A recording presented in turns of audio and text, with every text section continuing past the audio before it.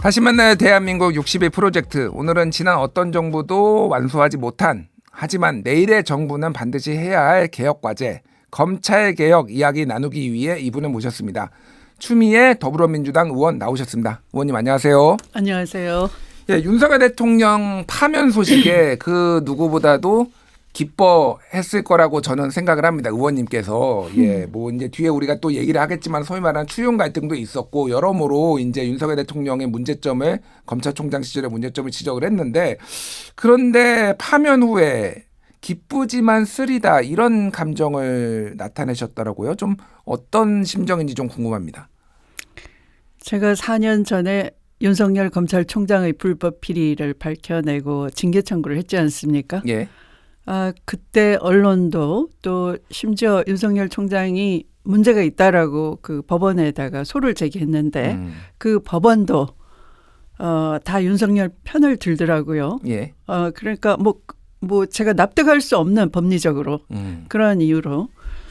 그런데 이번에 헌법재판소에서는 그걸 명쾌하게 판단을 하더라고요. 예. 대통령은 국가기관인데 개인이 적법 절차를 주장하는 것이지, 공권력 행사를 할 때 적법 절차를 주장할 수 있는 것이지, 국가기관은 대통령으로서는 그걸 주장할 수 없다라고 적법 절차 이유 없다 이렇게 차버리더라고요. 예. 그걸 보면서 그 당시 행정법원에서는 적법 절차를 안 지켰다라고 다 지켰음에도 불구하고 예. 안 지켰다는 식으로 윤석열 편을 무리하게 들면서 직무복귀를 시켜줬어요. 일주일 만에. 그러니까 가처분 신청 그때 말씀하시는 거고, 본안 소송에서는 1심에서는 또 윤석열 총장이 패배했어요. 패소했어요. 예. 근데 본안은 한 10달 정도 걸려서 뒤늦게 나왔으니까 그 사이에 여론을 등에 업고 유력한 대선 후보가 돼버린 거죠. 예. 그러니까 못 건드리잖아요, 더 이상. 그러니까 초반에 가처분 소송 제기했을 때 직무배제제가 직무배제한 것을 법원에서 복귀를 안 시켰더라면 증거인멸을 안 했을 것이고, 그러면 제압이 되는 거죠. 수사를 할 수 있었을 것이고. 그런데 여론에도 심각하게 이 법무부 장관이 저 징계 청구권자한테 안 좋은 방향으로 움직이게 됐고요. 그걸 보면서 당시에 검찰 편을 든 언론 노골적으로, 그다음에 법원 이런 관계자들이 정상적으로 제대로 판단했더라면 이 공란은 국민 고통 당하지 않고 4년 전에 제압이 될 수 있었는데 참 후회되고 쓰라리고 안타깝고 그랬어요. 그때 제대로 했다라면은 여기까지 이런 비상계엄 사태까지, 내란 사태까지 오지 않았을 텐데 네. 그게 쓰리셨은 거군요. 네. 그러니까. 알겠습니다. 그래서 최근에 이제 한동안 네. 이런 뭐 민주당 지지자들이나 국민들 사이에서 이런 유행어가 있어서 추미애가 옳았다, 뭐 이런 얘기들을 많이 했어요. 네.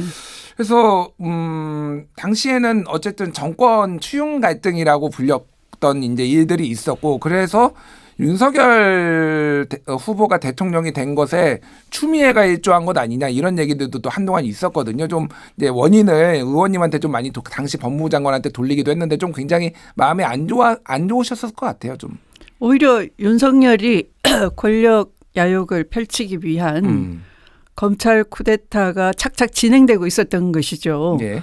추윤 갈등이 있었지는 않았어요. 그걸 갈등이라고 언론이 프레임을 만든 것이고, 예. 윤석열 쪽에서 그렇게 일부러 꾸며놓은 것이죠. 예. 그러니까 언론도 놀아났다 할 수가 있는 것이에요. 저는 뭐 이제 그런 용어가 있었다라는 걸 객관적으로 전달을 한 겁니다. 예. 네. 그러니까 그때 그 프레임에서는 언론이 제 기능을 안 했기 때문에, 그런데 지금 이 탄핵소추 그 심판 국면에서는 언론 전부 다는 아니지만 예. 일부 언론을 빼고요. 나머지 언론들은 그래도 윤석열의 그 허황된 거짓말, 또 6시간 내란을 밤에 저질렀던 국회 침탈, 선관위 침탈 이런 헌법 기관에 대한 무력 동원 이런 것들에 대해서 정상적으로 제대로 보도를 했잖아요. 예. 근데 제가 감찰 징계 청구를 할 때는 사실 보도를 거의 안 했어요. 예. 그냥 윤석열 찍어내기에 올인을 한 거죠.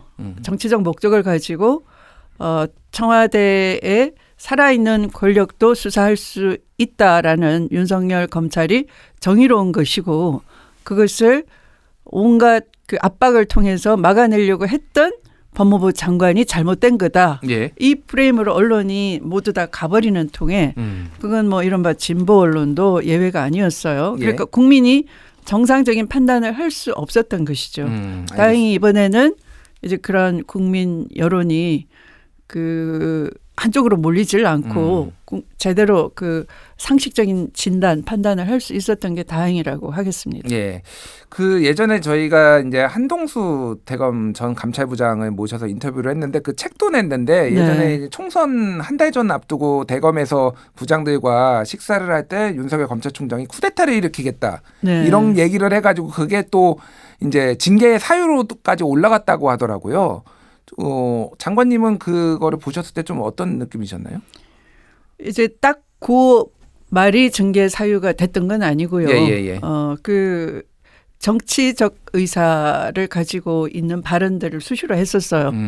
그런데 나중에 이제 한동수 부장의 이 그 진술을 통해서 그런 말까지도 했다라는 걸 알게 됐어요.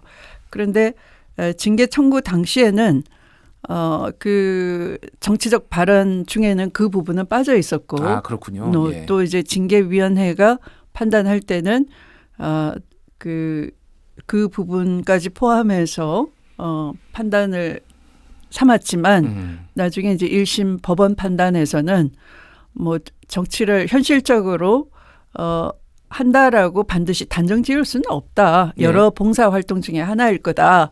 이렇게 굉장히 관대하게 그 부분은 봤지만 나머지 수사방해, 감찰방해, 판사사찰 이런 걸 통해서 이 그 면직에 이를 정도로 비위가 중대하다. 이렇게 판단을 제대로 해줬죠.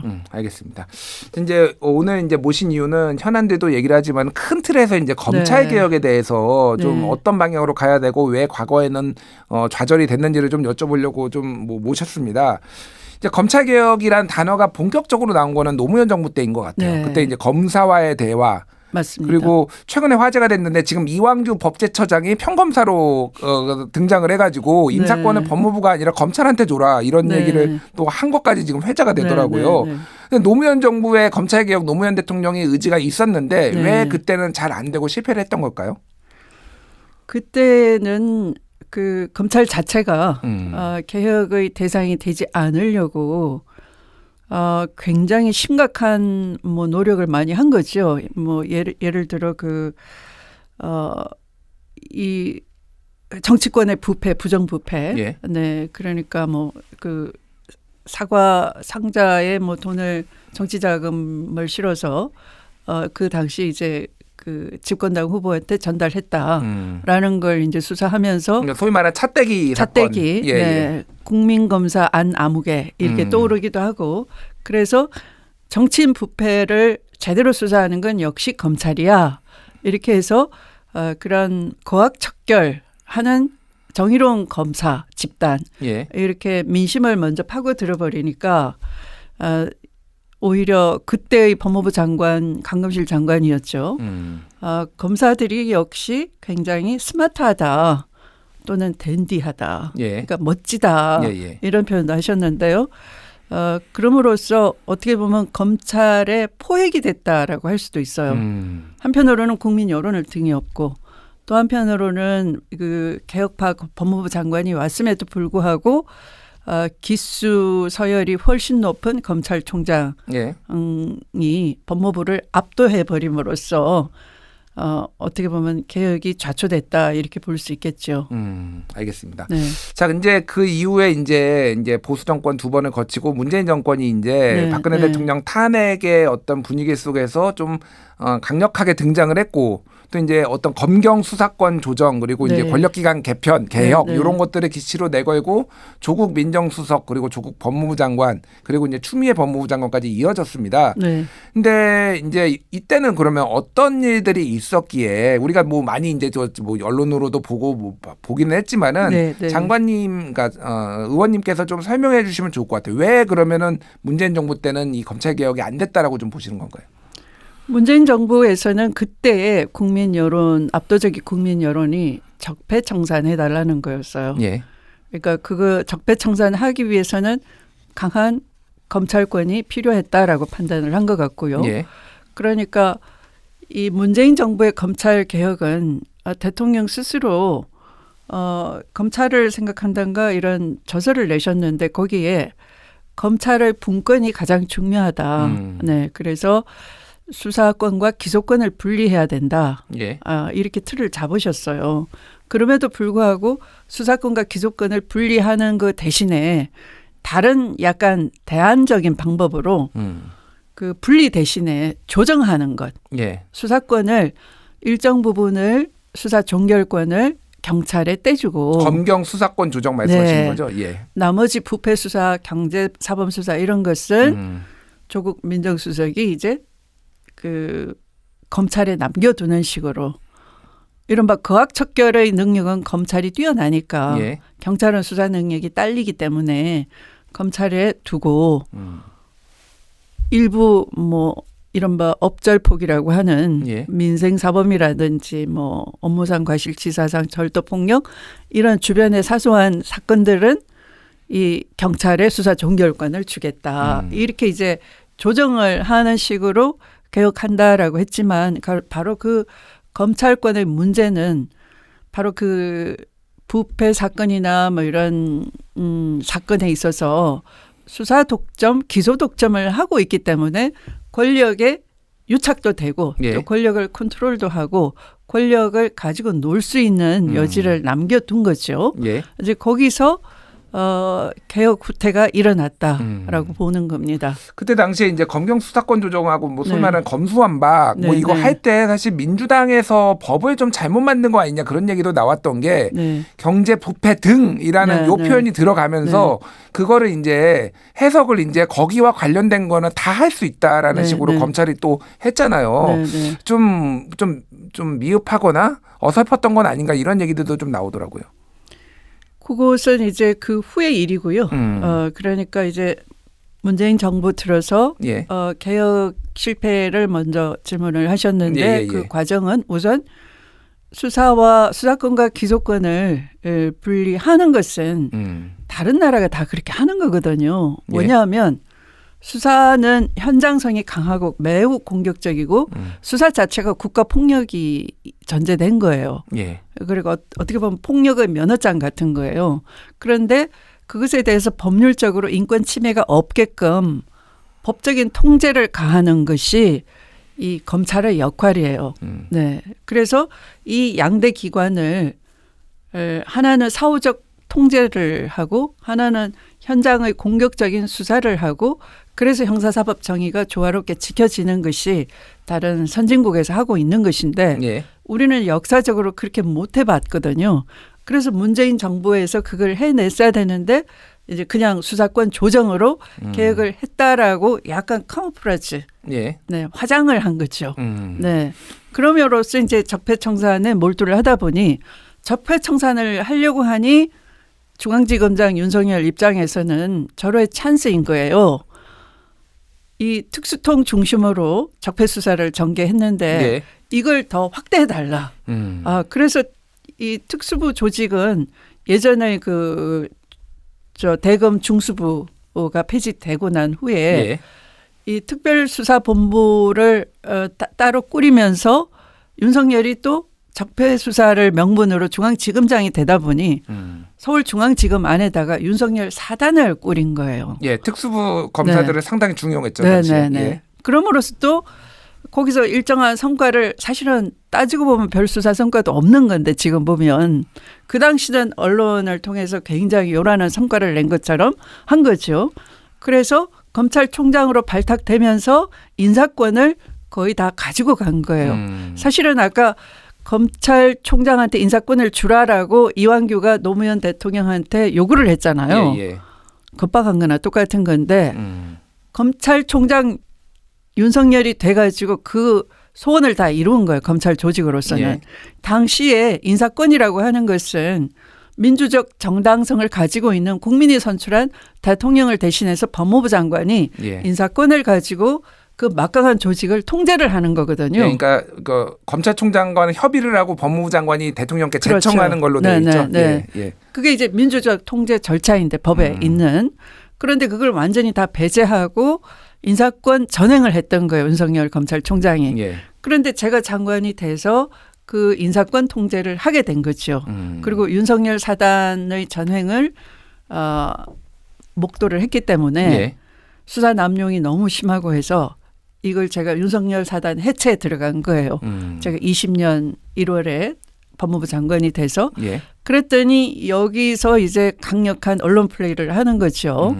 그때부터 전개되는 그 사건들이 채널A 사건부터 시작해서 윤석열 검찰총장이 예. 수사권을 가지고 사유화하면서 하나의 그 지금 보면은 쿠데타를 하나씩 실행하고 있었던 것에 제가 판판이 제동을 걸었던 거죠. 수사 예. 지휘를 하면서 지휘권 발동을 하면서. 그런데 그걸 윤석열은 언론을 등에 업고 나는 장관의 부하가 아니라든지 그런 말을 함으로써 언론이 살아있는 권력을 수사하는 정의로운 검찰총장을 장관이 예. 족쇄를 채우려고 한다. 제동을 건다. 지휘권을 남용한다. 이런 식으로 프레임을 씌우면서 이제 거기에 이제 윤석열의 힘을 자꾸 알겠습니다. 실어준 과정이 이제 예. 검찰 개혁이 사실은 그걸로 인해서 나중에 제가 징계 청구하고 또 징계 의결을 받아낸 거지만 또 대통령이 거기에 사인도 하셨지만 예. 저를 물러나게 함으로써 사실은 저는 뭐 검경 수사권 조정에 따른 수사 준칙도 만들어냈고 전국적으로 제 임기 동안에 수사 기소 분리를 완결지으려고 했던 거예요. 근데 저를 해임함으로써 거기 제동을 걸어버린 거죠. 예. 알겠습니다. 네. 그 지금 잠깐 말씀하셨는데 이제 윤석열 검찰총장 당시에 징계 사유 그리고 그때 있었던 게 뭐 이제 채널A 이동재 네, 기자와의 이제 한동훈 당시 검사장과의 뭐 검언 유착 의혹도 있었고 고발 사주 이제 네, 뭐 네. 사건도 있었어요. 네. 그리고 이제 법무부 장관으로서 그때 이제 지켜보시면서 좀 어떻게 이거를 처리해야 되겠다라고 생각을 하셨는지요? 그 지금 엄청난 사건들이 대부분은 그 윤석열이 패배했거나 또는 그 무죄가 됐거나 하는 사건들이에요. 예. 그래서 이 사건들은 다시 조명을 다시 한다면 이 윤석열이 차곡차곡 검찰 쿠데타를 준비하고 있는데 거기에 판판이 다 넘어갔구나. 아마 이런 걸 보시게 될 거예요. 예. 그러니까 저는 이제 대통령에서 이제 파면이 됐기 때문에 이 매장된 사건들은 다시 다 들여다보고 예. 어떤 거는 다시 수사를 해야 될 사건들이 있는 거죠. 그 당시는 윤석열 검찰총장이 총장 지휘권으로 마음대로 했던 거죠. 그래서 제가 이제 1차 수사 지휘권을 발동을 했을 때가 채널A 검언 유착 사건이고요. 채널A 검언 유착 사건이라는 것은 채널A 언론과 그다음에 당시에 그 유시민 전 보건복지부 장관 노무현 재단 이사장에 노무현 재단 대해서 이사장. 예. 네. 어떤 부패 혐의가 있다는 식으로 언론이 이게 취재를 했고 또 그 최측근인 한동훈이 그 채널A 진상조사 보고서에 의하면 연루가 돼 있다라고 나와요. 그런데 그 한동훈이 그걸 사건화하기 위해서 기자를 통해서 막 회유를 하는 그런 것들이 있는 거거든요. 근데 그게 이제 폭로가 되니까 제보자를 통해서 폭로가 되니까 이걸 또 무마하려고 수사 개입을 적극적으로 한 것이 윤석열 검찰총장이었어요. 예, 예. 제가 그걸 이제 제동을 건 것이 1차 수사권 발동이었던 것이고 그 다음 수사지휘권. 네네 예, 예. 수사 지휘를 발동을 했던 예, 예. 것이고 그리고 그 다음에 그것을 빠져나가기 위한 공작들 일련의 공작들이 있었는데 또 하나 중요한 것은 지금 말씀하신 고발 사주 사건. 예. 그것은 그 해에 있었던 21대 총선에 개입하기 위해서 일부러 고발장을 만들어 가지고 그 바깥에 있는 정치 세력에게 주면서 고발을 사주를 했지만 그게 이제 불발이 됐던 거죠. 예, 예. 그러면 그게 이제 그 수사되고 기소가 됐지만 해당자인 그 손준성 그 피고인은 무죄를 예. 받았어요. 2심에서 무죄가 나왔죠. 예. 근데 무죄 판결문이 희한한 게 있어요. 이건 손준성이 밖에 내보낸 게 고발장을 밖에 내보낸 게 아니라 예. 손준성은 자기 윗선에 보고를 했을 것 같고 그 윗선에서 밖에 내보냈을 것이다. 그러면 손준성의 윗선은 윤석열인 거예요. 예. 총장 직속 기관이었기 때문에 손준성의 예. 수사정보정책관이라는 자리가 그러면 이 사건은 바로 그 윤석열 파면된 윤석열이 수사가 돼야 되는 사건인 거죠. 예, 네, 알겠습니다. 네. 예. 여쭤볼 게 많은데 시간이 많이 지나가가지고 좀 네. 약간만 이제 스피디하게 하겠습니다. 그러니까 네. 돌이켜 보면은 이런 것 같아요. 사실 이제 윤석열 검찰총장이 어쨌든 약간 스타성이 있었고 그 당시 언론이 네, 띄워줘도 네, 네. 어쨌든 그래서 서울중앙지검장을 하고 검찰총장을 했는데 그 전에 과거에 검찰의 관례로 볼 때 서울중앙지검장에서 바로 검찰총장으로 직행을 하는 거를 가급적이면 안 했던 이유가 네. 너무 무리하게 수사를 해가지고 쇼잉 보여주기식 네, 한 네, 다음에 네. 그렇게 하니까 그런 거를 안 했는데 그 관례가 지금 문재인 정부 때 깨졌단 말이에요. 네, 그러니까 네. 뭐 누가 추천했는지 가지고 막 논쟁도 있었지만은 네. 결국은 문재인 정부가 그런 관례를 깬 것도 문제가 아닌가 그 생각이 네, 들거든요. 네, 네. 좀 어떻게 보십니까? 그러니까 적폐 수사에 대한 그 워낙 그 사회적 그 요구가 많았기 때문에 아까 칼이라고 하셨잖아요. 예, 예. 그 칼을 어떻게 쓰느냐가 중요하다. 그러니까 그걸 훌륭한 칼, 필요한 칼이라고 판단했던 것 같아요. 그런데 항상 권력이라는 건 민주주의 기본 원리가 이 견제와 분산이잖아요. 그걸 놓쳐버린 거죠. 너무 집중시켜줬고 심지어 검찰총장으로서 인사권까지 다 들어줬단 말이에요. 예. 조직도 키워주고. 그래서 대검 조직이 윤석열로 인해서 굉장히 커졌어요. 네. 근데 그걸 제가 이제 들어가서 원상 회복하려고 하니까 반동이 굉장히 심했던 것이죠. 예. 그러니까 말씀하신 것처럼 한 가지만 너무 몰두했기 때문에 검찰 조직의 비대화는 문재인 정부 때 초래된 거라는 것에 대해서는 뭐 비판을 받아들여야 될 것 같아요. 알겠습니다. 네. 예.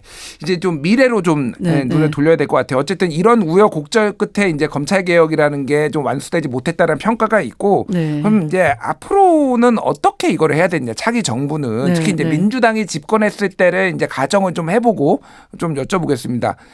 일단 의원님 생각은 아까 전에 기소와 수사를 완전히 분리해야 된다라는 네, 쪽으로 네. 좀 가닥을 잡으신 네, 것 같아요. 네, 그러면 네. 수사 공백이 생길 우려가 있다. 뭐 이런 것들도 네. 얘기가 나오거든요. 네. 그러면 어떻게 그거는 해결해야 되나요?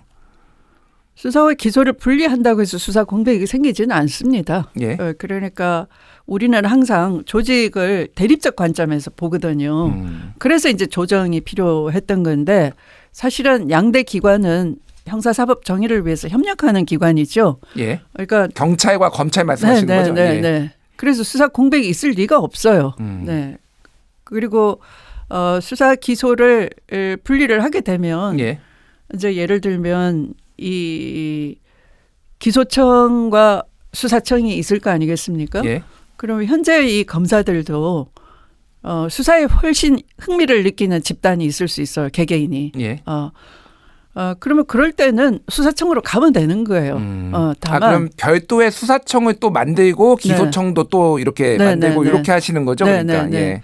근데 이제 수사하는 사람들은 위에 있는 이 법적 통제 스크린을 한번 받아야 되기 때문에 지금처럼 무슨 사법시험 합격해서 소정의 연수 기간을 거치면 바로 뭐 3급 공무원이 돼서 수사를 한다 이런 건 너무 높아요. 직급도. 예. 그래서 아까 그 칼을 든 사람들은 그 자체가 무서운 거잖아요. 예. 그런데 직급까지 높다면 어떻게 되겠습니까? 그러니까 이 직급을 낮춰야 되는 거예요. 그럼 뭐 지금 검사장들이 대략 차관급으로 대우를 네, 받는데 네. 이런 것들을 좀 다 낮춰야 다 된다고 낮추고 보시면. 예. 또 수사를 지망하는 검사들도 수사청에 가고 싶은 검사들도 직급을 낮추고 그런 조정이 좀 필요하겠다라고 저는 이제 생각을 하고요. 예.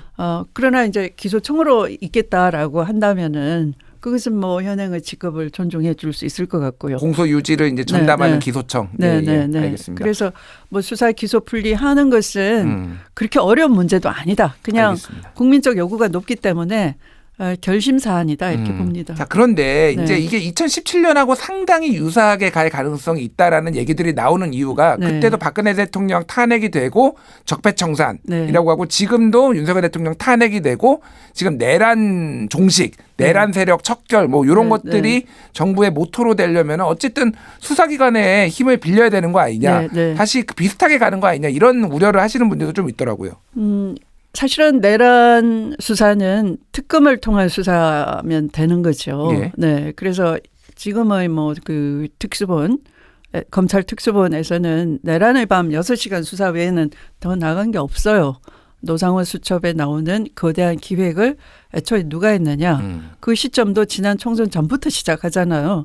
그리고 이제 이게 뭐 개헌도 하고 재선 3선도 노리는 그런 노트도 나왔기 때문에 예. 그러면 이 거대한 영구 독재화를 위한 구상을 애초에 누가 했느냐, 그 배후 세력은 누구냐, 이런 것들 수사는 역시 국회가 발의했던 특검을 통한 수사면 되는 것이고. 그런데 제가 여쭤보고 싶은 게 네. 특검도 결국은 검찰에서 상당수가 파견했고 그 국정농단 특검도 사실 윤석열 네. 검사가 파견 나가가지고 네. 거기에서 또 약간 스포트라이트 받아서 이렇게 검찰이 세진 거잖아요.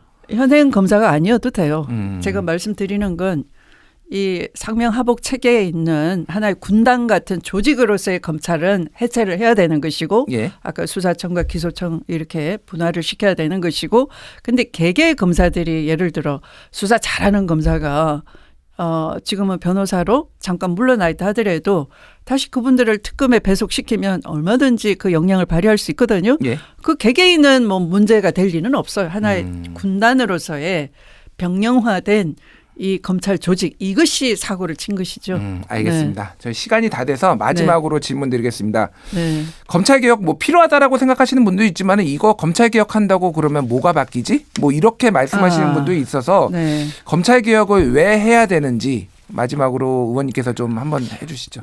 비유를 해보겠습니다. 예. 한 마을에 두목이 있어요. 그런데 그 두목 혼자만 있는 게 아니라 완장찬 이 새끼 두목들도 골목마다 있는 것이죠. 그러면 나날이 이게 그 밤늦게까지 장사를 하는 분들이 계속 갈취를 당하거나 할 수 있는 것이죠. 예. 내가 땀 흘려서 벌었는데 그걸 뜯어가는 사람은 따로 있어요. 폭력배가 돼가지고 무서운 거잖아요. 예. 그러면 그들이 사라진다면 자유롭고 평화롭고 내가 노력한 만큼 내 것이 되는 거잖아요.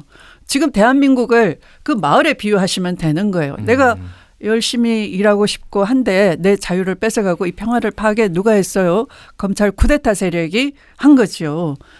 그래서 지금 민생도 망가지고 경제도 망가지고 외교도 파탄이 났고 과학 연구하는 과학자들이 아우성이었잖아요. 입틀막 당하고. 예. 네, 역사가 파탄이 났고 이 대한민국을 자랑스러운 대한민국을 국민에게 돌려드리는 회복이 필요한 것이죠. 그래서 그걸 못하게 가로막은 검찰 개혁을 해야 된다라는 것이에요. 네, 알겠습니다. 제가 보기에는 의원님 모시고 나중에 한 번 더 1시간 이상 해야 될 것 같아요. 옛날에 그 에피소드들이 굉장히 많을 것 같은데 네네. 오늘은 시간이 다 돼서 요점 네, 정리를 네. 하겠습니다. 지금까지 추미애 더불어민주당 의원과 함께 검찰 개혁에 대해서 얘기를 나눠봤습니다. 의원님 감사합니다. 네, 감사합니다.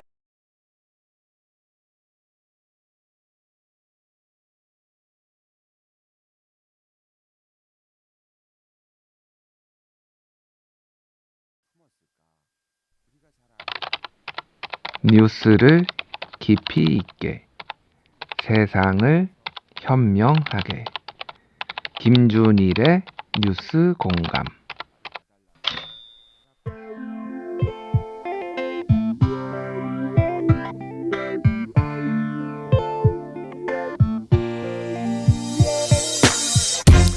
누구보다 당신을 사랑합니다.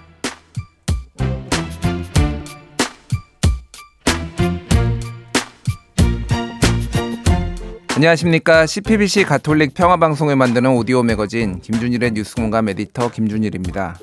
오늘은 동백꽃의 꽃말로 시작을 해봤습니다. 제주 4.3 사건을 말하며 가장 먼저 떠오르는 이미지가 있다면 동백꽃일 겁니다.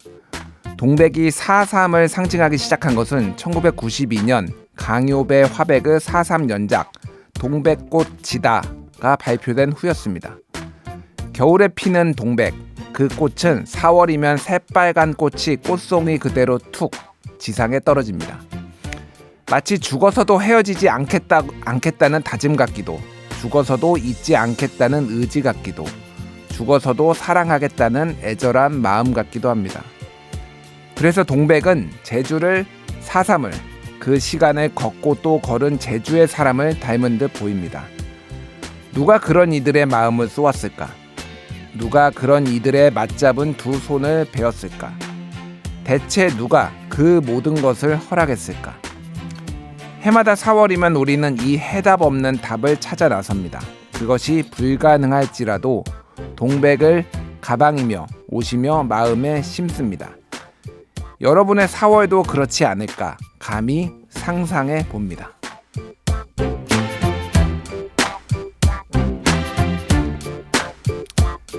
(4월 11일) 금요일 김준일의 뉴스공감. 오늘은 4.3을 이야기하는 월간 역사 준비해 두었습니다. 잠시 후 박광일 역사작가와 돌아오겠습니다.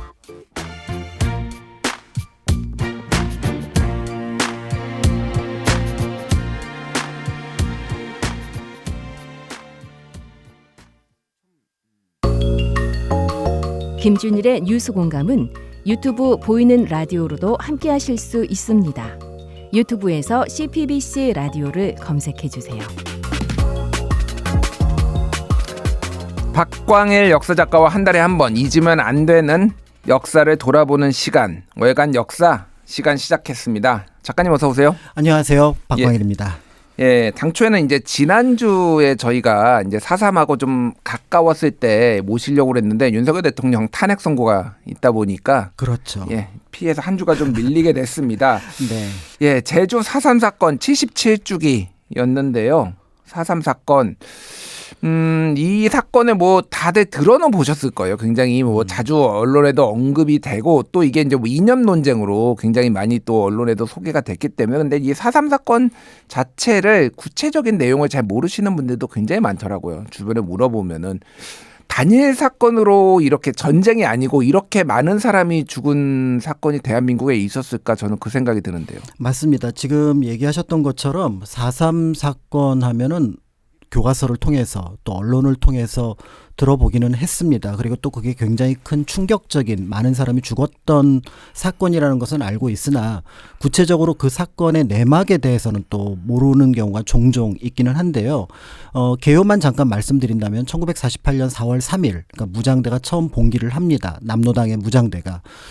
그렇게 해서 시작된 이 사건이 7년 7개월 54년 9월 21일까지 한라산의 금종령이 풀어질 때까지 7년 7개월 동안 진행된 사건이라고 볼 수가 있는데요. 예.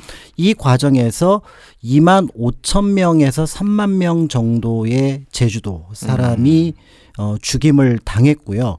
당시 제주도 인구 전체 인구의 한 9분의 1에서 10분의 1 정도 되는 사건이라는 점에서 단일 지역에서 또 단일 시간에 그것도 7년 7개월이라고 하지만 실제로는 48년 가을부터 49년 봄까지가 굉장히 많은 학살이 있었거든요. 예. 이렇게 집중적으로 많은 사람이 죽었던 사건은 우리 역사에서 전체를 통틀어 놓고 보더라도 쉽게 찾을 수가 없습니다. 그렇기 때문에 굉장히 큰 비극적인 사건이었고 무엇보다도 폐쇄적인 섬하에서 이루어진 사건이었기 때문에 지난 수십 년 동안 또 제주도 사람들이 입으로 꺼내기조차 어려웠던 사건이라는 점, 이런 것들이 이제 복합적으로 작용을 해서 그 4.3에 접근하는 것들을 여러 사람들한테 조금은 어렵게 만들었다라고 볼 수가 있습니다. 그러니까 이게 이제 남로당하고 이제 관련돼 있다 보니까 이게 레드 컴플렉스 이제 빨갱이 이거 언급하면은 빨갱이 아니야? 뭐 빨갱이 가족 아니야? 이런 것들이 이제 과거에는 특히 이제 금기 시대다 보니까 또 말도 못했는데 전체 제주도민의 10%면은 한 집 건너 아니면 친척 중에 안 죽은 사람이 없었을 정도로 뭐 모든 제주도민이 다 이 관련이 돼 있었겠어요. 그렇습니다. 그래서 제주도에 이제 많은 뭐 4.3 관계자 또는 뭐 거기에 있는 여러 분들을 만나게 되면은 4.3은 다 연결이 되어 있다. 우리 집 아니어도 옆집이고 옆집 아니면 또 친척집이고 예. 이제 그런 얘기들을 많이 하셨기 때문에 실제로 이 4.3을 꺼내는 부분들이 굉장히 어려운 부분들이 있었고요. 당시 이제 무장대 숫자는 최소 수백 명에서 많아봐야 사상자 수천 명으로 보고 있습니다. 예. 그리고 초기 무장대를 이끌었던 김달삼 같은 경우는 나중에 중간에 또 북한으로 옮겨갑니다. 그렇기 때문에 실제로 이념의 어떤 색깔은 굉장히 어떻게 보면 흐려졌다라고 볼 수가 있을 것 같고요. 더 나아가서 당시 무장대가 주장했던 주장들을 보면은 사회주의적인 성격보다는 민족주의적인 성격이 굉장히 강합니다. 대표적으로 50단선, 그러니까 남한만의 단독정부 수립 반대. 예. 그다음에 어떻게 보면은 친일 부역자 처단 뭐 이런 내용들이 많이 들어가 있었기 때문에 예. 이 당시에 초기에 남로당이 개입되어 있었고 또 한국전쟁이라는 비극이 연결되어 있었다고 하더라도 이념으로 이 시대의 희생자들을 어떻게 보면 도배하는 것들은 굉장히 위험하다라고 볼 수가 있다라고 알려져 있습니다. 알겠습니다. 예, 뭐 자세한 내용은 오늘 이제 차분히 하나씩 훑어볼 텐데 4.3 사건을 다룬 어떤 작품들, 뭐 영상 뭐 작품이나 이런 것도 꽤 많은 것 같은데 어떤 게 좀 유명한가요? 네, 최근에 이제 목소리들이라고 해서 이제 독립 영화처럼 이제 각 지역에서 극장에서 이제 같이 보자라고 해서 100개 이상의 스크린이 지난주에 걸리기도 했었는데요. 예. 그 이전에 이제 4.3을 육지에 어떻게 보면은 세상에 알렸던 거는 현기영 선생의 순이 삼촌. 이라고 하는 소설이라고 볼 것 같습니다. 그래서 이제 제주도 이제 드라마 보시면은 이제 다 아시겠습니다만 제주도에서는 삼촌 그러면은 뭐 굳이 우리가 알고 있는 남자 어른을 가리키는 게 아니라 친한 분은 다 삼촌이라고 해녀 삼촌 이렇게 이제 부르는 것처럼 이제 그렇게 이제 묘사를 했는데 이게 이제 가장 4.3 당시 비극이었던 북촌리에서 일어났던 어떤 배경을 이제 육지에 소개한 것이었고요. 이제 이 이후에 이제 많은 사람들이 뭐 강요배 화백의 그림이라든지 그다음에 김종민 기자, 재민일보의 기자의 어떤 르포라든지 이런 것들을 통해서 알려졌으나 구체적으로 그 진상에 대해서는 1980년대 이전까지는 접근하기가 굉장히 어려웠습니다. 예. 그러니까 4.3에 대해서 본격적으로 논의가 이루어진 거는 1987년 우리가 알고 있는 민주화가 진행되는 과정 속에서 비로소 본격적인 접근이 가능했었고요. 그리고 이제 연구라고 한다 그러면은 대체로 90년대 이후 2000년대부터 본격적인 연구가 이루어졌다라고 볼 수가 있는데 그럼에도 굉장히 좀 빠른 속도로 진행될 수 있었던 부분들은 있었습니다. 바로 예. 이제 정부의 의지, 김대중 대통령과 노무현 대통령의 의지가 이제 반영이 되면서 우리나라의 과거 사건 중에서는 비교적 드물게 진상규명, 명예회복, 그다음에 사과라고 하는 것들이 체계적으로 이루어진 사건이기도 합니다. 예. 그래서 2003년에 노무현 대통령이 국가 원수 차원에서 4.3 사건에 대해서 사과를 하기도 했었고요. 그리고 2014년에 4.3 추념일이 국가 기념일로 제정이 되면서 어떤 의미에서 보면은 이제 4.3은 더 이상 이제 거스릴 수 없는 역사의 비극으로서 우리가 교훈으로 삼아야 될 사건으로 나아갈 거라고 생각을 했습니다. 예.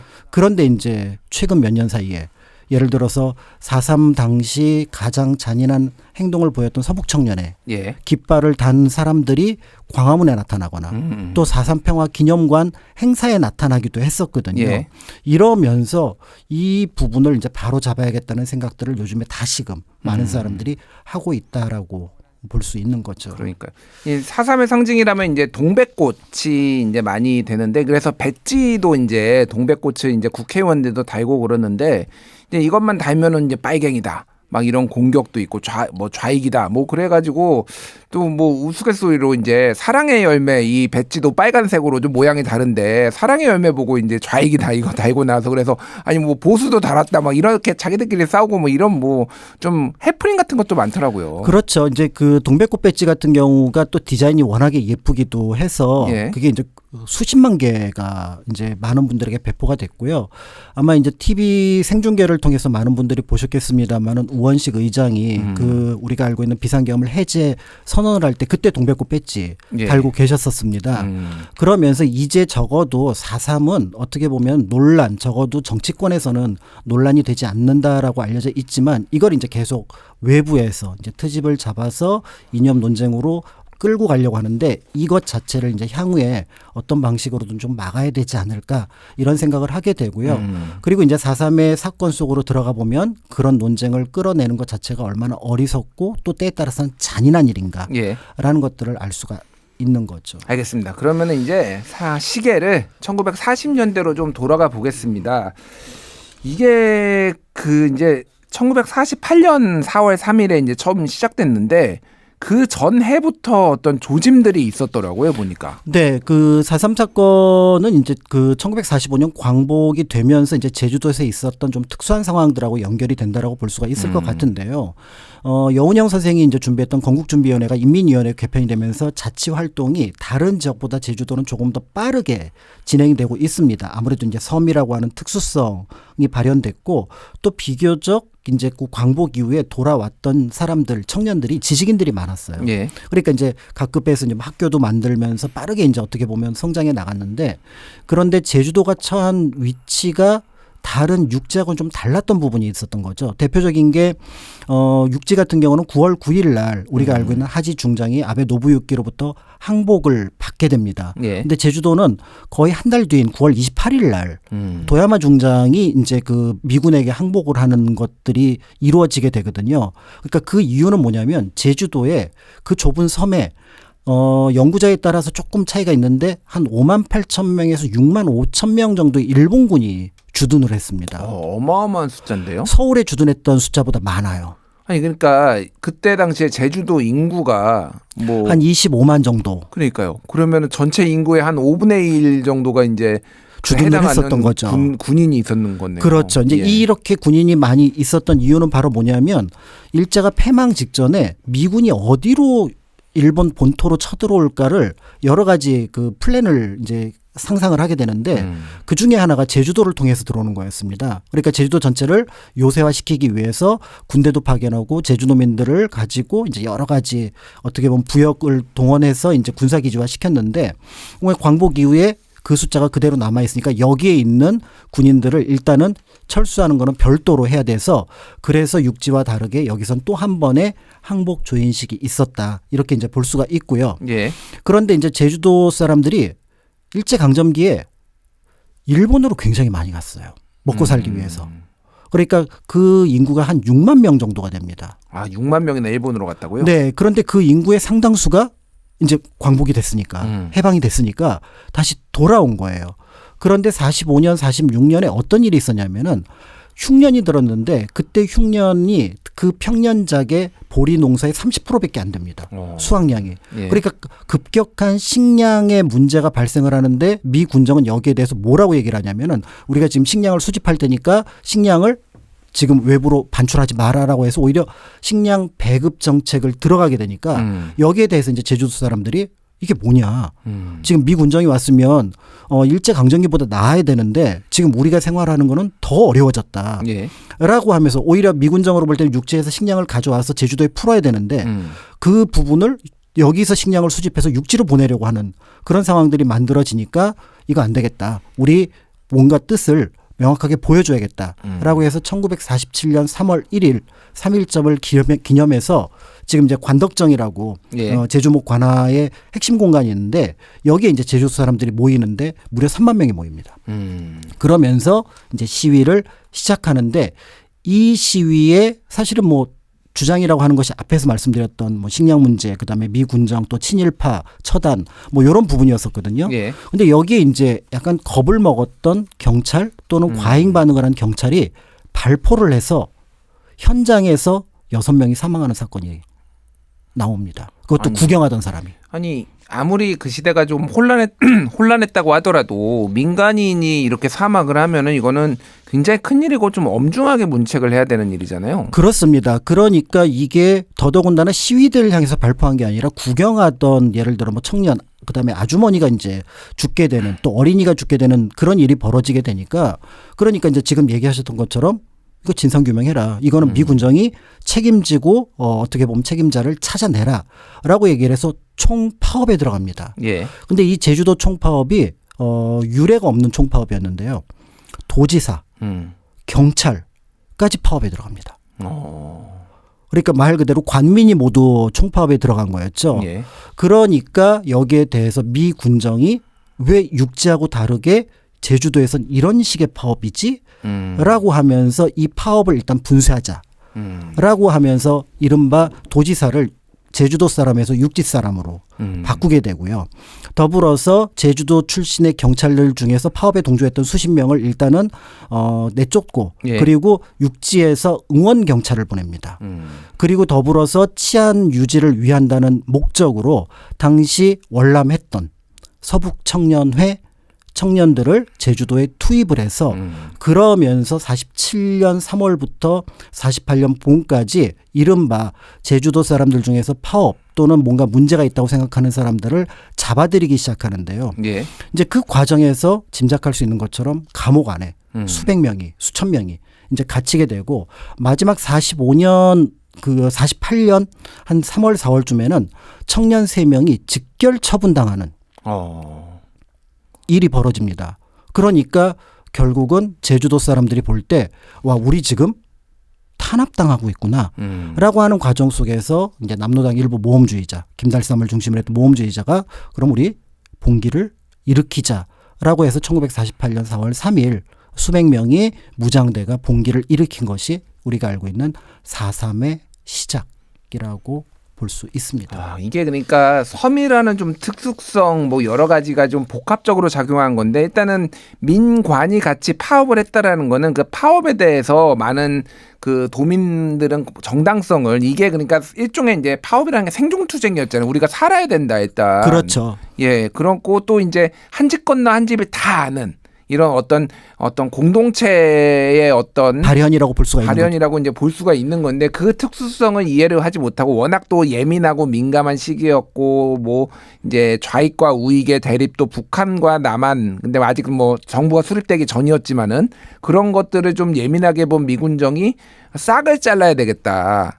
여기에서 잘못 흔들리면은 이 남조선이 다 흔들릴 수 있다. 이런 좀 일종의 좀 강경대응 책 어떻게 보면 우리 국민으로서는 너무 뼈아픈 오판을 해가지고 이게 좀 벌어졌다고 봐야 되겠네요. 그렇습니다. 그러니까 이제 미국으로 볼 때는 그 한반도 자체를 좀 가볍게 생각한 경향이 있었는데 그 중에서도 섬이라고 하는 특수성을 너무나 가볍게 봤던 부분들이 있었고요.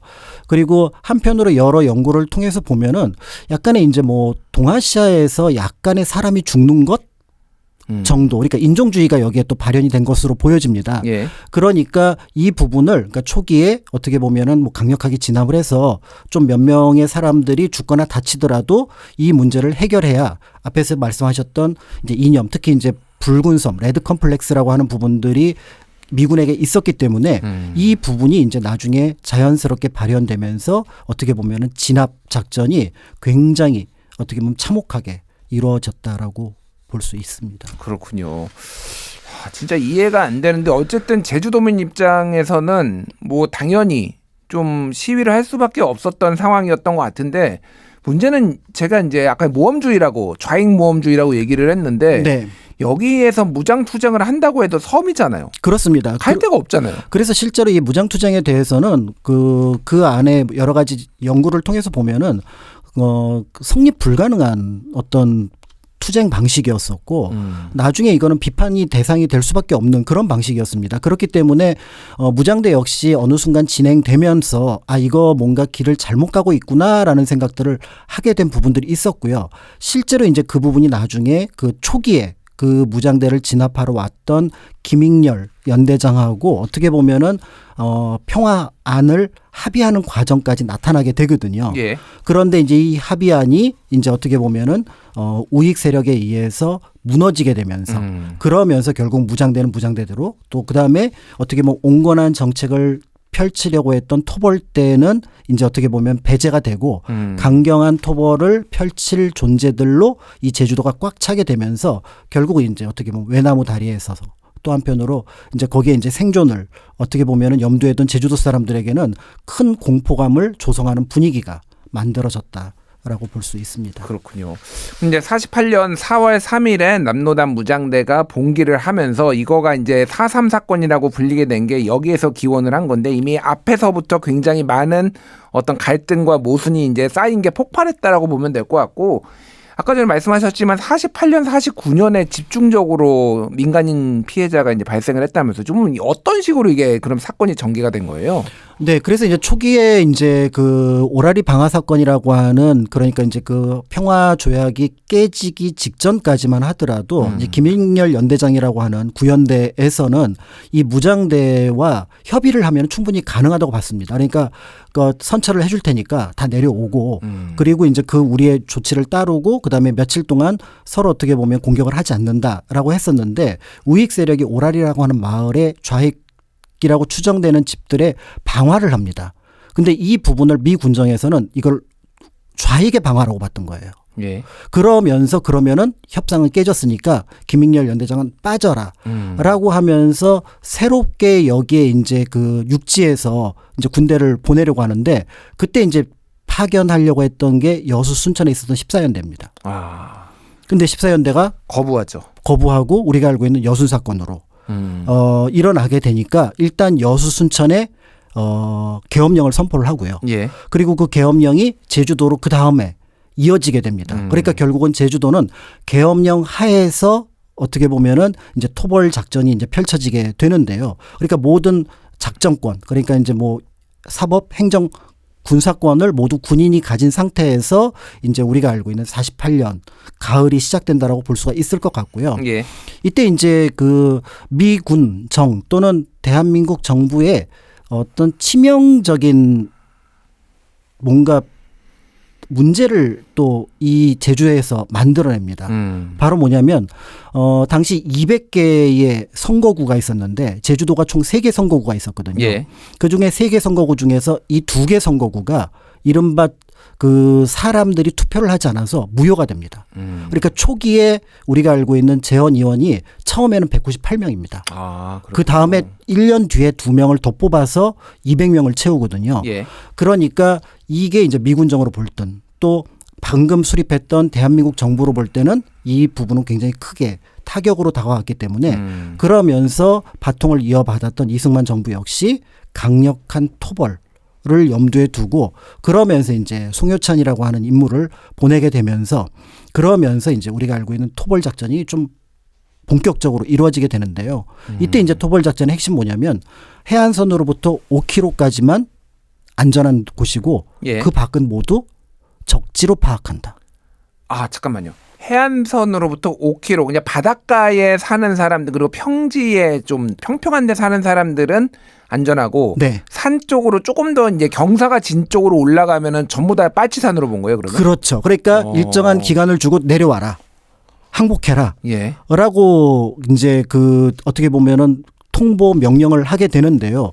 뭐 짐작할 수 있는 것처럼 그 당시에 그런 명령이나 통보가 제대로 전달되지도 않았고 한편으로는 제주도 그 중산간 마을이 200개가 넘습니다. 예. 그러니까 200개 넘는 마을이 내가 저기서 살지 어디서 사냐. 아니 평생을 거기서 대대손손 살았는데. 그렇죠. 예. 그러니까 우리가 알고 있는 성읍 마을도 그 영역에 포함이 되거든요. 예. 그러니까 이 포고령이라는 것에 또 무게감을 당시 못 느낀 거죠.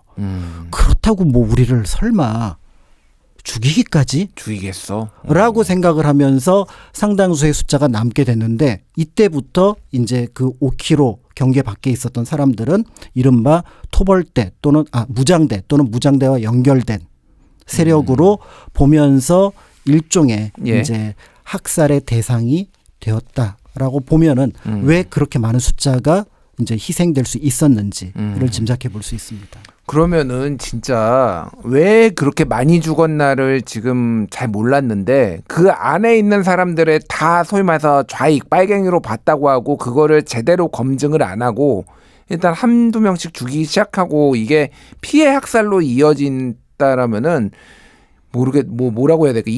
그 당시에 이 제주도 그 내륙에는 정말로 지옥 같은 상황이 펼쳐졌겠네요, 그러니까. 그렇습니다. 특히 이제 이게 그 토벌대의 대부분 주요 세력이 육지에서 왔다라는 것도 굉장히 큰 문제라고 볼 수 있는데요. 이게 단순한 이념의 문제, 타 지역의 문제를 넘어서는 또 하나가 있습니다. 예. 최근에 이제 굉장히 유행했던 그리고 유명한 드라마 중에 폭삭 속았수다. 예. 근데 이거를 육지 사람들이 들으면 뭐 내가 속았나? 그런데 원래 이 말이 무척 고생하셨습니다. 그렇다고 그러더라고요. 라는 말이거든요. 그러면 우리가 이제 4.3 당시에 내가 경찰이거나 응원 경찰이거나 아니면 토벌대의 군인으로 갔거나 서북 청년회로 갔는데 현지 제주도에서 말을 합니다. 말이 잘 못 알아듣겠다면은. 아, 대화가 잘 안 됐군요. 그러면 여기에서 나타날 수 있는 서로에 대한 불신, 때에 따라서 공포감이 또 증폭작용을 시키는 거죠. 그러니까 소위 말하는 미스커뮤니케이션. 그렇죠. 그러니까 이쪽에서 볼 때는 저쪽에서 예를 들어서 제주도 말로 서로 얘기를 한다면 예. 내가 모르는 얘기를 하고 있는 거잖아요. 그러니까 이쪽에서는 의심이 더 증폭될 수밖에 없는데 사실은 이게 조선시대에 출nhập 금지령이라 그래서 인조부터 순전년까지 200년 동안 제주도 사람 못 나오게 했습니다. 육지로. 그러니까 제주도 말이 또 고착화되는 상황들이 만들어졌는데 그게 그 당시에 또 굉장히 안 좋은 쪽으로 작용을 하게 됐던 것들까지도 생각을 해본다면 예. 그러면 이제 우리가 알고 있는 제주 4.3에서 48년, 49년, 50년 사이에 또 토벌대 그다음에 그 섬에 있는 사람들이 서로에 대해서 어떤 생각을 가졌을지. 그러니까 이게 육지의 시선으로 보는 것도 필요하지만 제주도 사람의 시선으로 봐야지 이게 납득이 되는 부분들이 있거든요. 예. 그리고 억울한 면도 분명히 나타나고요. 이제 이 부분을 이제 조금 어느 정도 정리하고 갈 필요도 있을 것 같습니다. 알겠습니다. 지금까지 이제 4.3의 어떤 배경 그리고 진행 상황을 좀 얘기를 나눠봤는데요. 노래 한 곡 듣고 와서 본격적으로 어떤 일들이 벌어지고 어떻게 억울한 희생자가 나왔는지 얘기를 나눠보도록 하겠습니다. 안치환입니다. 4월의 동백.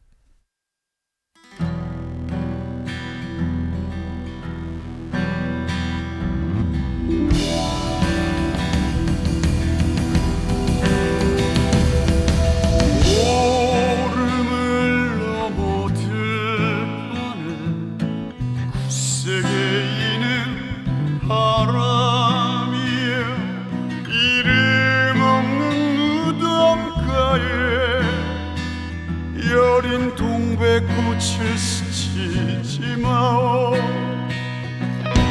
그 꽃 피고 진 세월 떠나가니는 말이 없네 돌아오지 않는 이마 저기 홀로 서 있는 할망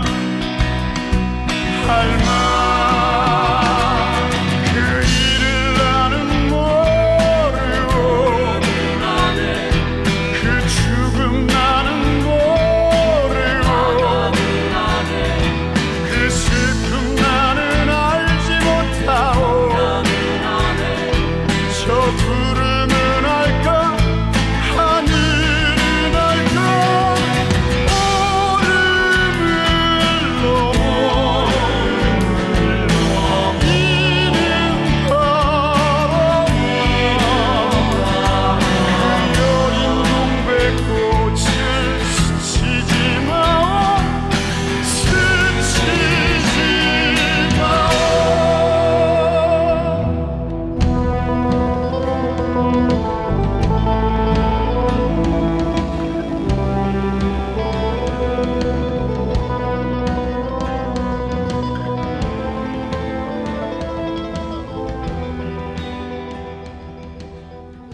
김준일의 뉴스공감 월간 역사 시간 함께하고 있는데 오늘은 제주 4.3 사건에 대해 알려지지 않은 이야기들 집중적으로 다뤄보고 있습니다. 지금 요 앞에 얘기만 들어도 좀 가슴이 좀 갑갑해요. 그러니까 이게 이런 어떤 이 우연을 또 겹치면 그게 이제 굉장히 비극적인 일들이 벌어지잖아요. 1차 세계대전도 이제 오스트리아에서 네. 이제 황태자가 살해되고 막 이러면서 이게 세계대전까지 갈 일인가? 다들 그렇게 생각을 했는데 이게 다 전쟁에 휘말렸듯이 제주 4.3 사건도 외지인들이 이렇게 다 들어와서 또 언어가 잘 통하지 않고 서로 좀 적대시하고 그때 또 이제 남한 단독 정부가 수립되고 또 단독 정부 반대하는 이제 사람들도 있고 막 그러면서 이승만 정권 입장에서는 또 이제 48년이죠. 48년 이제 단독 정부 수립된 이후에 뭔가 좀 본때를 보여줘야 되는 그렇죠. 이런 모습까지 겹쳐지면서 이 대규모 학살이 벌어지기 시작했는데 이게 지금 또 꼭 이제 군인들뿐만이 아니라 민간인들까지 와서 같이 이제 학살에 지금 가담을 한 거잖아요. 그렇습니다. 처음에 이제 서북청년회, 보통 이제 서북청년 단으로 알려져 있으나 예. 당시에는 서북청년회라는 이름으로 들어왔었고요. 본격적인 4.3이 일어나기 전, 그러니까 47년에 이미 들어와서 활동을 했습니다. 그러다가 이제 이 서북청년회는 민간인으로 남아있는 경우도 있었고 또 한편으로는 군대에 편제가 돼서 이제 토벌대의 일부로 이제 참여를 하는 경우도 있었는데 예.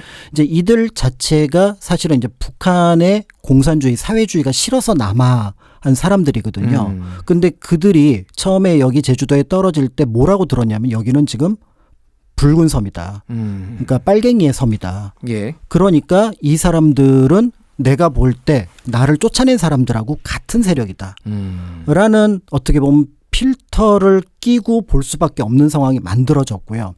그러다 보니까 그 태도가 훨씬 더 잔인해진 그런 모습들이 나타나게 되고 그 부분에서 이제 결국은 4.3이 이제 어떻게 보면은 그럼 이제 무장대나 아니면은 이제 자위 뭔가 지키려고 했던 어떤 제주도 사람들로 볼 때는 또 이들을 공격하거든요. 예. 그럼 여기에 대한 그 보복 공격은 훨씬 더 강하게 나타나는 거죠.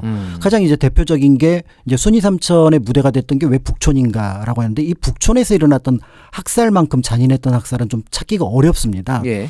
그러니까 북촌 국민학교 앞에 안에 운동장에다가 인근의 마을 사람 남자 그다음에 뭐 좀 어린 아이 중에서 좀 나이 많은 아이들을 한 1,000명을 부릅니다. 예. 그러면서 이제 무장대랑 연결된, 그러니까 어느 집안에 무장대가 있고 어느 집안에 무장대가 있는지를 찾아내는 거예요.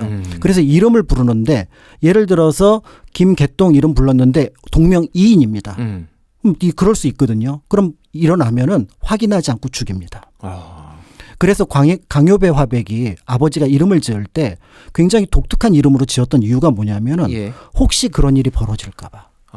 왜냐하면 이때만 그런 일이 있었던 게 아니라 한국전쟁이 일어나고 예비검속이라 그래서 우리가 보도연맹 사건으로 있었을 때도 비슷한 일이 곳곳에서 벌어졌거든요. 예. 이름만 같아도 또 이름이 비슷해도 죽임을 당하는 경우가 종종 있었고요. 때에 따라서는 그 찾고자 하는 사람을 찾지 못했을 때는 가족을 대신 죽입니다. 그래서 대리 살해라는 의미로 대살이 예. 공공연하게 이루어졌는데요. 하루에만 400명이 하루에 400명. 1,000명을 불러다 놓고 400명이 사람들 보는 앞에서 죽임을 당했습니다. 그래서 지금 이제 순이 삼촌 무대가 됐던 가면은 그 기념관이 북촌 기념관이 있고 예. 거기 이제 너분송이라고 해서 그때 유해 중에 일부를 이제 어떻게 보면 안장한 곳이 있는데 거기 가 보면은 어린 아이들도 묻혀 있거든요. 그 얘기는 뭐냐면 어린 아이조차도 그러니까 어른들을 다 찾아서 죽여야 되는데 어른이 없으면은 예. 그럼 너도 나중에 나한테 보복할 거 아니냐 라는 의미로 죽였다는 거죠. 그러니까 이게 도대체 문명화된 사회에서 있을 수 있는 일인가 라는 것들을 이제 생각을 해보게 되고요. 그러면 거꾸로 다시 돌려서 생각을 해보면은 그럼 또 그 사람들을 죽였던 사람들이 그럼 처음부터 살인마였는가. 결국은 뭔가 이념 그다음에 거기에 있던 어떤 상황 그런 것들을 최악으로 몰아넣었을 때 그 사람에게 그런 살인마와 같은 모습을 보여주게 되었는데 이제 그런 것들을 또 그 사람이 내 죄가 아니라고 할 수는 없거든요. 예. 그러니까 결국은 어떤 절박한 어떤 결정적인 순간이 왔을 때 그 장면을 회피하는 학습이 필요한데 예. 당시까지만 해도 그런 학습이 없었다는 거죠. 이번에 이제 비상계엄 당시에 절박한 순간에 회피했던 사람들이 나타났잖아요. 군인들 중에서 이제 이 명령을 적극적으로 수행하지 않거나 아예 그냥 그렇죠. 예, 따를 수 없다. 이렇게 거부했던. 예. 이제 이런 것들이 결국은 당시에 있었느냐 없었느냐가 보통 사람들로 하여금 어떤 처지의 사람으로 때에 따라서 사람을 죽이는 사람으로 만들 수 있느냐. 그러니까 죽은 사람도 애도를 하고 꼭 살펴야겠지만 죽인 사람들이 어떤 모습이었는지도 꼭 살펴볼 필요가 있는 거죠. 그러니까 이번에 이제 비상계엄 12.3 비상계엄을 말씀을 하셨는데 그 비상계엄을 이제 군인들이 이 문제점을 가지고 뭐 국회로 간 군인들이라든지 선관위로 간 사람들이 이거를 적극적으로 수행하면 안 되겠다라고 한 거는 사실은 45년 가까이 민주주의가 지속됐고 그거를 그렇습니다. 학습을 하고 교육도 받고 이게 비상계엄이라는 게 문제가 있고 이런 것들을 다 알고 있으니까 사실은 그게 가능했던 거지. 그냥 해방된 지 계속 이제 일제 치하에 있다가 해방된 지 얼마 안 되고 해방이 됐음에도 불구하고 계속 이제 좌익과 우익은 싸우고 있고 여기저기서 지금 백색 테러 적색 테러 나오고 있고 사람 죽는 건 뭐 다반사고 막 이런 상황에서는 그런 것들을 하면은 다른 사람을 죽이면 안 된다. 저쪽 아무리 진영이 다르거나 생각이 달라도 죽이면 안 된다라는 거를 체화하기가 굉장히 어려웠을 것 같아요. 그렇습니다. 그렇기 때문에 이제 이 4.3 사건에 대해서 이제 노무현 대통령 같은 경우가 그 과거의 희생자, 그 다음에 진상규명이 단순히 그 어떤 희생자와 유가족들을 위로하는 것을 넘어서서 미래에 우리가 꼭 교훈으로 삼아야 된다라고 얘기했던 이유가 이제 바로 그와 같은 거라고 볼 수가 있는데요. 이제 이런 가운데 조금 더 참혹한 처지에 처했던 사람들이 바로 이제 민보단에 들어갔던 제주도 사람들이라고 볼 수가 있습니다. 민보단이요? 네. 이거는 많이 안 들어봤는 보신 분이 많을 텐데 이게 뭔가요?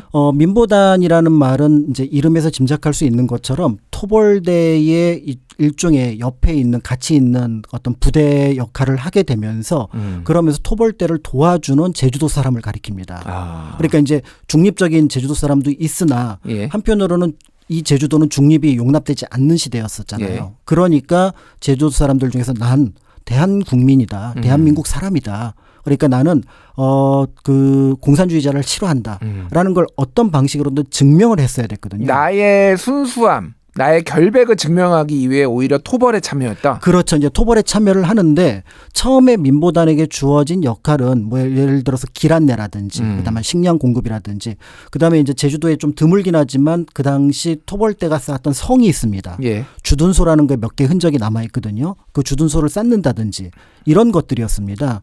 그런데 이제 시간이 점점 흘러가서 굉장히 많은 사람이 죽게 되니까 토벌대도 굉장히 신경이 날카로워진 거죠. 그럼 이제 어떤 일이 벌어지냐면은 길을 잘못 들었다. 그러면 혹시 우리를 무장대로 끌고 가는 거 아니야? 라고 해서 죽이기도 하고요. 예. 그 다음에 예를 들어서 식량을 이제 어떻게 준비해라 라고 얘기를 하는데 당시 제주도는 여러 면에서 사실은 제주도 사람들이 토벌대만큼 무서웠던 게 먹을 거였거든요. 근데 그걸 또 민보단이 구해 와야 되는데 그걸 구해오지 못하는 경우가 종종 있었습니다. 예. 그러면은 이 사람은 이른바 충성도가 떨어지는 사람이었었고요. 그다음에 이제 나중에 마을과 마을 그러니까 이제 이 마을 저 마을을 불에 태우고 소개하고 이런 상황에서 이제 토벌대가 볼 때 내가 저 사람들을 직접 죽이는 게 부담스러울 때 민보단을 시킵니다. 그러면 민보단으로 볼 때는 머뭇거리면 그러면 이 사람 혹시 무장대랑 연결된 산 사람들하고 연결된 사람 아니야? 라는 의심을 사게 될 수 있으니까 예. 오히려 더 적극적으로 그 앞에 나서는 경우가 종종 있었다고 하고요. 그 과정에서 서로 어느 정도 알고 있었던 사람들이 죽고 죽이는 현상이 나타났으니 제주도라는 공동체 안에서는 지금 가해자와 피해자를 명확하게 구분하는 것도 힘들고 그거를 구분해내는 게 필요할까? 라는 생각까지 할 수밖에 없는 그런 상황이 이 민보단 안에서 만들어졌다라고 보신다면은 이게 좁은 공간에서 일어난 어떻게 보면 그 많은 사람이 죽었던 사건이기 때문에 이제 이런 문제, 그러니까 육지에서는 뭐 그냥 경찰이 또는 뭐 군인이 또는 네. 뭐 공비가 이런 얘기를 하면서 타자화시킬 수 있는데 가해자를 여기서는 가해자를 타자화시키는 게 때에 따라서는 어려울 수 있다는 점. 이게 이제 또 4.3 사건이 갖고 있는 어려움입니다. 이거는 진짜 어마어마한 비극이네요. 그러니까 이게 한 집 건너 한 집에 사망자와 피해자가 났다라면은 두 집 건너는 민보단이 있어서 그렇죠. 또 이제 가해자로 이제 취급받을 수밖에 없는 사람들이 있고 이 이후에 그 마을의 이 공동체에서의 갈등은 수십 년에 이어졌겠네. 우리 뭐 삼촌을 죽인 뭐 그렇죠. 사람 뭐 이런 식으로 서로 이제 반목할 수밖에 없고 이게 학살이 끝난 이후에도 이 완전히 이 공동체가 거의 파괴 수준에 이르렀을 것 같은데요. 그렇습니다. 그러고 이제 그나마 이게 어떻게 보면은 사람들이 얘기를 안 하면서 버텨냈다라고 볼 수가 있는데요. 이제 그렇기 때문에 당시 이제 4.3이라고 하는 것들을 이제 제주도 내부에서 이제 현기영 선생이 꺼내기 전까지는 육지에서는 그 정도로 심각한지는 일부 연구자들을 빼놓고는 잘 알지 못했던 부분들이 있었고 예. 이제 꺼내고 나니까 이제 이게 때에 따라서는 이제 문제가 된다고 해서 현기영 선생은 잡혀가서 중정에 가서 굉장히 큰 고초를 겪기도 했었거든요. 그러니까 이 문제를 꺼내서 다시 뭔가 얘기를 하기 시작한 것도 얼마 되지 않았다라고 생각을 한다 그러면 그러면 이제 제주도에 갔을 때 왜 이분들이 좀 무뚝뚝하시지? 말씀을 잘 안 하시지? 예. 이제 이런 부분들이 있고요. 또 한편으로 가끔 가다 보면은 제주 사람하고 육지 사람, 그러니까 한국인인데 제주 사람하고 육지 사람을 구분을 합니다. 보통 우리 뭐 거제, 진도, 남해 이런 섬에 갔을 때는 그런 구분이 없습니다. 그런데 여기서는 그런 구분을 명확하게 예. 제주도에서 사람들이 하게 되는 이유, 그런 것들이 굉장히 여러 개가 복합적으로 작용을 해서 사실은 이제 그 안에 들어가서 보는 것도 굉장히 이게 공부하기가 좀 어려운 부분도 있고요. 그리고 또 보면서 속상해서 이거 뭐 어디서부터 어떻게 풀어야 될지 모르는 그런 부분들도 있는 게 또 이 사건이기도 하죠. 그렇군요. 이게 그래서 아까 전에 말씀하셨지만 48년 4월 3일에 시작을 했는데 거의 이제 몇 년 동안 지속이 됐고 네. 이제 한라산의 금족령이 해제된 게 1954년 9월 21일이고 네. 57년에 마지막 무장대원이 체포가 됐으니까 네. 거의 한 10년 가까이 10년 가까이. 예. 그리고 제주도 안에서는 누구도 4.3을 말하지 않았던 거죠. 왜냐하면 말을 하면은 가해자는 가해자로서 말을 못하지만 피해자는 당시 짐작하시겠습니다만 연좌가 있었잖아요. 예. 그러니까 그 연좌 때문에 굉장히 많은 사람이 죽는 거를 현장에서 봤기 때문에 누구도 내가 피해자라는 얘기조차도 못하고 안 하고, 그러니까 예를 들어 몸이 상처를 입었거나 부상을 예. 입은 상황에서라도 그냥 그 상처는 내 거, 부상은 내 거, 그다음에 속이 뭐 이렇게 답답해, 뭔가 가족들이 뭐 내 앞에서 안 좋은 일을 겪었다고 하더라도 그걸 그냥 내가 품고 살아가는 것 외에는 방법이 없었던 게 제주도였던 겁니다. 알겠습니다. 그 아까 전에 이제 처음에 봉기를 일으켰던 남로당과 그 이제 무장봉기 그 대장 같은 경우에는 월북을 했다고 아까 전에 말씀하셨는데. 근데 김달삼은 월북을 했습니다. 이게 해주로. 왜 그러면은 좀 되게 뭐라고 할까 무책임해 보여요. 그러니까 사고는 본인이 치고 월북을 해버리면은. 그렇죠. 그래서 이제 남아있던 세력을 이제 규합해서 무장대를 이끌었던 게 이제 이덕구라고 하는 인물이고, 예. 이덕구도 나중에 이제 관덕정에서 잡혀서 이제 어떻게 보면 그 시체가 사람들에게 보여지는 그런 일을 겪게 되기는 하거든요. 그러니까 무장대의 숫자도 굉장히 적었을 뿐만 아니라 초반에 이제 무장대가 뭔가 뜻을 가지고 있었다면 후반부에는 밀려가거나 또 때에 따라서는 자신의 의지와 상관없이 갔던 경우도 종종 있었고요. 이제 이런 것들을 보게 되면은 이게 계속 안 좋은 방향이 안 좋은 것을 만들고 또 그 다음에 안 좋은 것을 만들어내면서 어떻게 보면 그 희생자를 점점점 키워냈던 방식. 그러면서 나중에는 이념하고 상관없지만 중앙에서 바라볼 때 또 육지에서 바라볼 때는 계속 이념의 관점으로 보고 있었던 거죠. 그러니까 예를 들어서 제주도 출신 여성들 가운데 상당수가 해병대에 자원을 합니다. 해병대요? 네. 그래서 여성 해병대 관련된 자료를 보면은 제주도 여성들이 많이 등장을 하거든요. 예. 그 이유가 뭐냐면 역시 나의 대한민국 국민으로서의 정체성을 증명을 해야 된다라는 것들을 이제 이렇게 표현을 하기도 했었던 거죠. 그럼에도 불구하고 이제 6.25가 일어났을 때 사실은 그때 학살 대상에는 포함되지 않았지만 요 시찰 인물이었던 사람들이 이제 그 잡혀와서 죽임을 당하는 경우도 있었으니까 예. 이걸 육지 전체에서는 보도연맹 사건으로 보지만 제주도에서는 예비 검속으로, 그러니까 4.3과 연결된 예비 검속으로 또 죽임을 당하는 사람들이 있어서 실제로 제주도 이제 가면은 100개가 넘는 무덤이 있는데 시신을 찾았는데 후손들이 누가 우리 조상 무덤인지를 모르는 거예요. 예. 그러니까 이제 거기에 할아버지는 100이지만 후손은 하나다. 그래서 백조일손이라고 하는 무덤이 만들어지기도 했고 실제로 남아있기도 한 곳이 또 제주도이기도 합니다. 알겠습니다. 이제 추정 사망자만 한 3만 명 정도 된다. 이 정도로 이제 너무 많이 어디서 죽었는지도 모르고 조상묘를 이제 제대로 찾을 수도 없을 정도로 이 사망을 했는데 말씀하셨다시피 이제 가해자와 피해자가 다 섞여 있고 이거가 이제 우리가 어떤 교훈을 얻어야 되고 뭐 이거는 우리가 또 어떻게 특히 정치권은 이거를 어떻게 접근해야 되는지 좀 말씀해 주시죠. 네, 그래서 이제 그 87년 이후에 그 5.18과 더불어서 4.3 사건이 드디어 이제 정치인들 입에 올라오기 시작하고요. 그러면서 이제 먼저 진상 규명이 이루어지게 됩니다. 그리고 현재까지 4.3 당시 이런 피해를 입었다라고 얘기했던 분이 한 15,000분 정도가 나왔습니다. 예. 그렇기 때문에 그 15,000분 정도를 통해서 앞에서 말씀드렸던 그러니까 더 많은 10,000명이나 15,000명 정도는 아직 찾지는 못했으나 그 당시 이제 상황들을 이제 짐작할 수 있는 부분들이 있는데요. 이제 이 진상규명은 어느 정도 이루어졌고요. 또 한편으로 그 당시 이념이라고 하는 진짜로 아주 얇은 그 무게에 억눌려서 굉장히 많은 사람들이 죽었는데 예. 앞으로는 이런 일들이 일어나지 않아야 되겠다라는 생각을 이 4.3 사건을 한 번만 들여다보면은 할 수 있게 되는 거고요.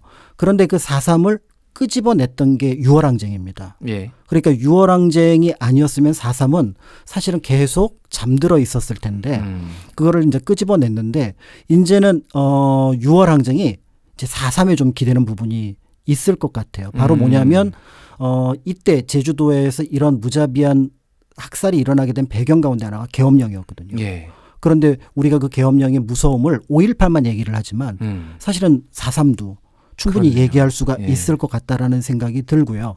무엇보다도 정신 똑바로 차리지 않고 그다음에 사람에 대한 그다음에 어떤 도리를 명확하게 생각하지 않는다면은 굉장히 큰 잘못에 빠져들 수 있다라는 경계를 주는 것도 또 4.3이라고 보기도 볼 수 있을 것 같습니다. 그래서 그렇군요. 이런 부분들이 대체로 2013년까지 순차적으로 진행되어 왔고 국가 원수들도 이제 4.3 추념식에 참여를 해서 그 부분을 밝혔기 때문에 향후에 이제 이 어떤 지나왔던 궤적대로 가면 되는데 예. 이제 이거를 이제 또 다른 그러니까 현재의 정치적인 목적으로 부정을 하는 경우가 종종 있습니다. 예. 이제 이게 좀 문제가 되는데 이거를 역사를 왜곡했다고 처벌하기보다는 저는 반인륜 범죄의 개념으로 넣어야 된다고 봅니다. 그러니까 4.3, 5.18, 6월 이런 것들을 각각의 역사로 묻게 되면 이건 영구 영역을 건드리는 게 되거든요. 예. 그러니까 그것보다는 이게 이제 민주주의의 대략의 흐름들이 결국은 인륜과 관련된 부분들이 있으니까 이거를 독일의 반나치 예. 형법처럼 그러니까 이제 반인륜 범죄로서 이 부분에 대해서 언급하는 것은 향후에 또 다른 사람을 상하거나 죽이게 할 수 있는 행동이나 말로 나아갈 수 있다는 점에서 이거는 금지를 하자. 예. 이런 방향들이 이제 4.3 그래서 5.18 그다음에 6월 그다음에 4.19까지 서로 연결이 되어야 되지 않을까라는 생각을 해봅니다. 그렇군요. 예, 윤석열 대통령 같은 경우에는 이제 제주도 예전에 후보 시절에 유세도 가고 그랬는데 이제 4.3과 관련해서는 대통령이 되고 나서는 좀 굉장히 태도가 좀 바뀌었던 것 같아요. 그렇습니다. 그렇기 때문에 이게 이제 사람에 대한 어떤 뭔가 태도 그다음에 그 역사에 대한 어떤 예의 이런 것들을 볼 수 있는 바로미터가 또 4.3이 아닐까라는 생각이 들고요. 4월 달에 이제 사실은 많은 국회의원들 또는 뭐 여러 공직에 있는 분들 보면 여야 또는 뭐 어떤 생각의 차이를 막론하고 이 그 동백꽃 배지를 이제 이렇게 끼고 있는 걸 볼 수가 있거든요. 이제 그런 부분은 참 다행스럽다라는 생각이 들어서 이제 이 4.3에 대해서 조금 더 관심을 갖고 아픈 만큼 또 이제 뭐 한강 작가의 소설도 있기도 하고요. 네. 또 최근에 이제 영화도 또 그 뭐 정정 감독님이 또 만든다고도 하시더라고요. 그다음에 이제 기존의 뭐 지슬이라든지 이런 이름 영화들이 있으니까 그런 것들을 통해서 이제 조금 알아보시려고 하는 노력도 해보셔도 좋을 것 같습니다. 예. 우리 이제 한국사에 특히 이제 5.18 광주 민주화 항쟁이 정말로 큰 어떤 뭐 상처였고 그게 이제 민주화의 기폭제가 됐다라고 하지만 이 4.3 사건은 사망자 수로는 보나 좀 피해자나 뭐 여러모로 봤을 때 더 많이 주목도 받아야 되는데 그만큼 못 받고 있는 게 좀 아쉽다. 그리고 더 이상 이제 5.18 뭐 북한군이 왔네 뭐 이런 음모론과 이런 거에 좀 결별을 해야 될지 4.3 사건도 이제는 우리가 좀 대승적으로 좌우할 것 없이 좀 이거를 접근해야 되지 않을까 그런 생각이 듭니다. 예. 네. 이제 예전에 학교 다닐 때 운동권 노래로 운동가요로 잠들지 않는 남도 네. 이 노래를 불렀었는데 이게 4.3에 관한 얘기인 거를 굉장히 뒤늦게 알았어요. 그렇죠. 그렇죠. 저도 이제 그거를 먼저 부르고 나중에 몇 년 있다가 이제 제주도 답사를 가서 현장의 모습들을 보고 조금 또 이제 내용들을 알아보면서 놀랐던 기억이 있는데요. 지금은 좀 이제 편하게 여러 자료들이 있기 때문에 그런 것들을 통해서 접근해 보셔도 좋을 것 같습니다. 알겠습니다. 오늘 월간 역사 박광일 역사작가와 함께 우리 역사에 새겨진 상처 4.3 사건을 이야기해봤습니다. 이거는 좌우의 얘기가 아니라 인류 보편적인 가치에 대한 얘기입니다. 더 이상 정쟁이 되지 않았으면 좋겠습니다. 오늘 함께해 주신 박광일 작가님 감사합니다. 감사합니다.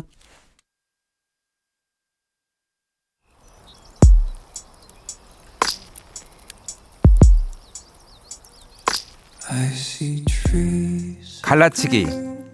여전히 빨갱이는 한국에선 불경스러운 단어다. 제주 4.3 사건 희생자 중 남로당 주요 인물이나 무장대에 적극적으로 관여한 사람을 희생자의 범위에서 배제해야 한다는 국가의 방침은 제주 4.3 평화공원의 희생자로 모셔졌다가 지워진 강명비가 옹변하고 있다.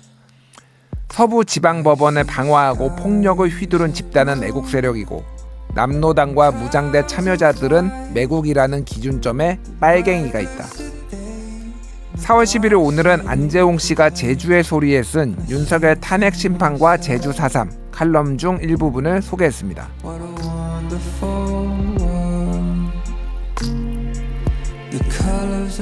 제주 4.3 사건 당시 제주도민 3만여 명이 빨갱이라는 이유로 사살된 것으로 추정됩니다. 틈만 나면 종북 주사파 타령을 하며 국민을 갈라치게 하는 정치 지도자가 다신 나와서 안 된다는 생각이 드는 날입니다. 오늘의 칼럼이었습니다.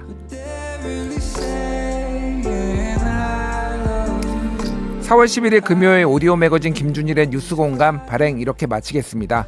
유튜브에서 CPBC 라디오를 검색해 주시고요. 저는 월요일 오후 6시 3분에 다시 찾아오겠습니다. 함께해 주신 여러분 감사합니다. What a wonderful world.